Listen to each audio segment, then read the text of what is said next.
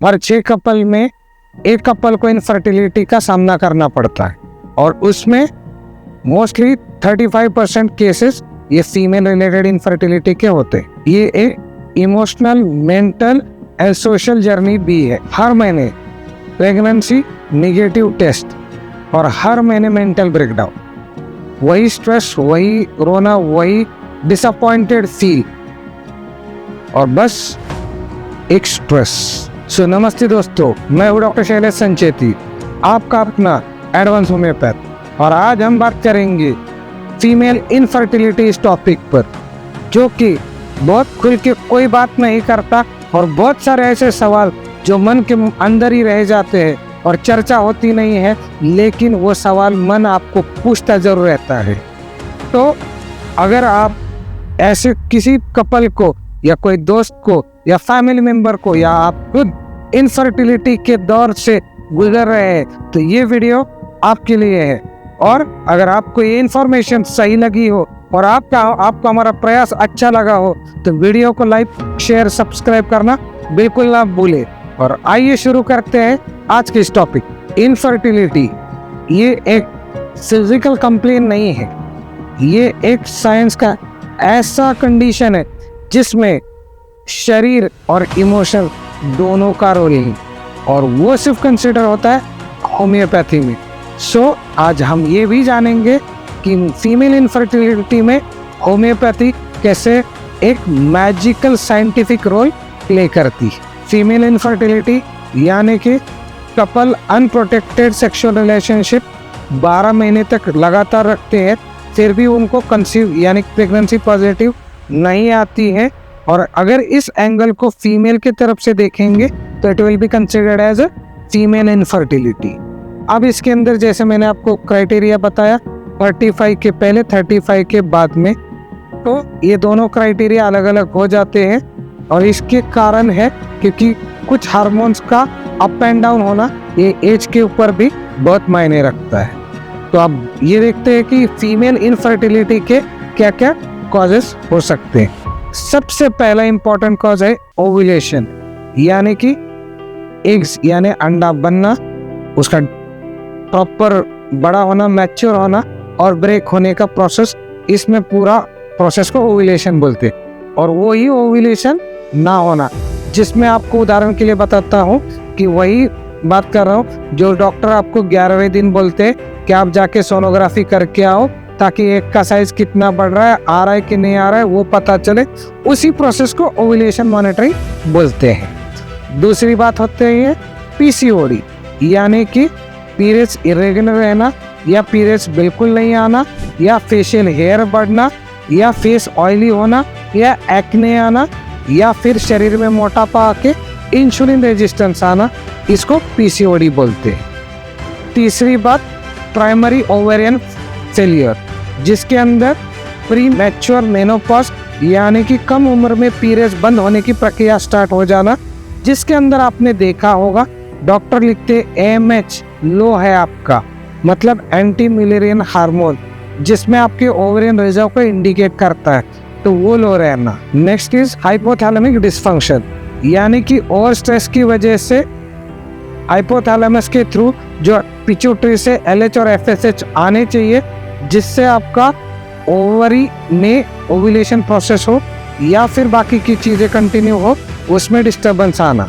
Next cause है high prolactin level, जिसके अंदर फीमेल्स में हाई प्रोलैक्टिन होने की वजह से ईस्ट्रोजन प्रोजेस्टेरोन का रेशियो डिस्टर्ब हो जाता है और शरीर ये प्री मेनोपॉजल या मेनोपॉजल फेज में कम उम्र में चला जाता है, जिसके वजह से इनफर्टिलिटी आती है। सो नेक्स्ट रीजन है फीमेल इनफर्टिलिटी का फैलोपियन ट्यूब ब्लॉक, जिसके अंदर ट्यूब ब्लॉक होती है, जिसके वजह से एक तो स्पर्म एग्स तक नहीं पहुंच पाता है या फिर जो एग डेवलप हुआ है वो ट्यूब के थ्रू यूट्रस में ट्रेवल नहीं कर पाता क्योंकि वहाँ पे वो ऑब्स्ट्रक्शन होता है।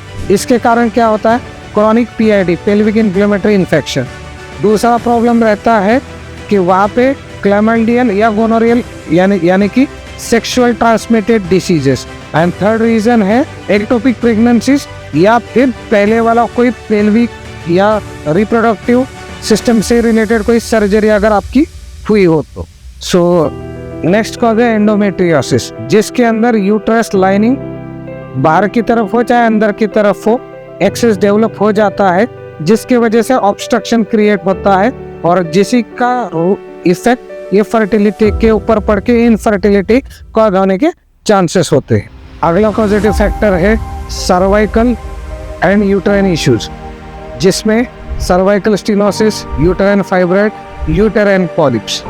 और यूटेराइन स्टेनोसिस में वो स्टेनोसिस की वजह से स्पर्म को वो अंदर ही नहीं जाने देते। और सबसे अलग और इम्पॉर्टेंट फैक्टर है कंजेनाइटल एनोमलीज, यानी कि एज बढ़ गई है पर्सन की लेकिन यूट्रस का साइज अभी भी छोटा है या एबनॉर्मल है, जिसको बोलते हैं बाय बर्थ यानी कि birth defect. So this is also the one of very important cause. And another one is unexplained infertility. इस कंडीशन में वैसे देखेंगे तो सब रिपोर्ट अच्छे हैं, कहीं पे कोई दिक्कत नहीं है, लेकिन कहीं ना कहीं पे इमोशनल डिस्ट्रेस है, कोई ग्रीफ है, कोई ओल्ड मिसकैरेज की या कोई मेंटल या फिजिकल डिसअपॉइंटमेंट्स की हिस्ट्री है। सो ये भी एक अनएक्सप्लेन इनफर्टिलिटी का कॉज होता है और यही पे होम्योपैथी इम्पोर्टेंट रोल प्ले करती। अब ये फीमेल इनफर्टिलिटी में क्या क्या सिम्टम्स होते हैं? वैसे तो प्रेजेंटेशन में unprotected regular sex for the 12 months और जहाँ पे कंसीव नहीं हुआ यही एक मेन सिम्टम है, लेकिन फीमेल के अंदर जैसे पीरियड्स प्रॉपर नहीं आना या पीरियड्स का नहीं आना या पीसीओडी होना या फिर उसी के साथ साथ में जो हार्मोनल इम्बैलेंसेस है या एंडोमेट्रियोसिस है या फिर एक्ने, फेशियल हेयर, ओबेसिटी का रहना, ये सब जो कंडीशंस है ये इन चीज़ों में ये सिम्टम्स की तरफ दिखती है जो कि फीमेल इनफर्टिलिटी को रिप्रेजेंट करती है। अब बात करते हैं कि इसको इन्वेस्टिगेट करने के लिए कौन से लैब टेस्ट या कौन से प्रोसीजर्स अवेलेबल। सबसे पहला है कि सोनोग्राफी करके देख लीजिए कि जहाँ पे आपको पॉलिप है या फिर एंडोमेट्रियोसिस है या फाइब्रॉइड है वो पता चलेगा। साथ में आपको जैसे मैंने हार्मोनल के टेस्ट बताए, serum oestrogen, serum prolactin, serum testosterone, AMH, इसका टेस्ट आप ब्लड से कर सकते हैं। ट्यूबल ब्लॉक के लिए HSG का टेस्ट अवेलेबल है।